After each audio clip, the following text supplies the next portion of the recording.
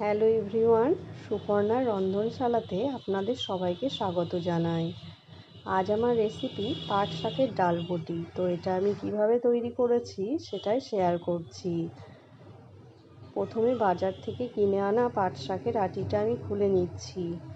তারপরে একে একে পাট শাকের পাতাগুলো এইভাবে ছাড়িয়ে নিচ্ছি। তো এখানে যদি পোকা কোনো নষ্ট পাতা থাকে সেগুলো আমি ফেলে দেব। এইভাবে একে একে একটা একটা করে পাতা আমি দেখে ভালো মতো বেছে নিচ্ছি। তো এইভাবে একে একে আমি সমস্ত পাট শাকগুলো বেছে নিয়েছি। দেখো, এবার আমি এগুলোকে অনেক জলের মধ্যে ভালোভাবে ধুয়ে নেব। অনেক সময় প্রচুর নোংরা এবং সার দিয়ে তৈরি, তো এইভাবে ধুয়ে নিচ্ছি। তো এবং পাট শাকগুলো আমার ধোয়া হয়ে গেছে ভালোভাবে। আমি এখন পাট শাকগুলো একটা বটি দিয়ে কেটে নেব। পাট শাকগুলোকে আমি অনেকটা বড় করেই কেটেছি, যেহেতু পাট শাক গলে যায়। অনেকে আবার এই গোটা পাট শাক দিয়েও ডাল বটি রান্না করা যায়। তো আমি একটু বড় করে কেটে নিচ্ছি, তাহলে তাড়াতাড়ি গলে যাবে। তো এইভাবে আমি সমস্ত পাট শাকগুলোকে কেটে নেব। পাট শাকগুলো আমার কাটা হয়ে গেছে। এই দেখো, এইভাবে বড় বড় করে কেটেছি। এখন আমি এখানে নিয়ে নিচ্ছি 4-5টা কাঁচা লঙ্কা, সেগুলোকে মাঝখান থেকে ফেলে নিচ্ছি। আর এখানে রেখেছি 14-15টা রসুনের কোয়া। তো আমি গোটা 4টে কোয়া রেখে দিচ্ছি, আর বাকিগুলো একটা নোড়ার সাহায্যে এগুলোকে আমি থেতো করে নিলাম। আর এখানে আমি 1.5 কাপ পরিমাণ মসুরির ডাল সিদ্ধ হতে দিচ্ছি।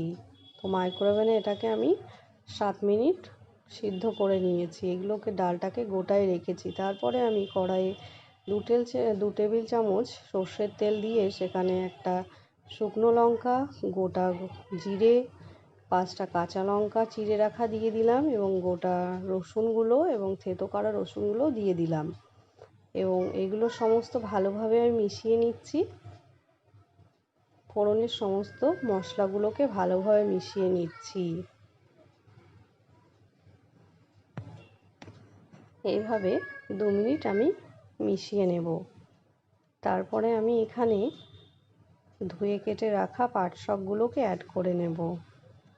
তারপরে সমস্ত শাকগুলোকে আমি এইভাবে তেলের মধ্যে 2 মিনিট নাড়াচাড়া করে নেব, যাতে পাট শাকগুলো একটু জলটা থেকে নরম হয়ে যায়। তো পাট শাকগুলোকে এইভাবে আমি মিশিয়ে নিচ্ছি। এভাবে 2 থেকে 3 মিনিট আমি পাট শাকগুলোকে তেলের মধ্যে ভেজে নিয়েছি। তারপরে আমি এখানে 1/2 চামচ হলুদ এবং 1/2 চামচ লবণও অ্যাড করে নিচ্ছি, দিয়ে তারপরে 1 মিনিট ধরে এইভাবে নাড়াচাড়া করে নিচ্ছি। তো এইভাবে আমার সমস্ত উপকরণগুলো অ্যাড করা হয়ে গেছে।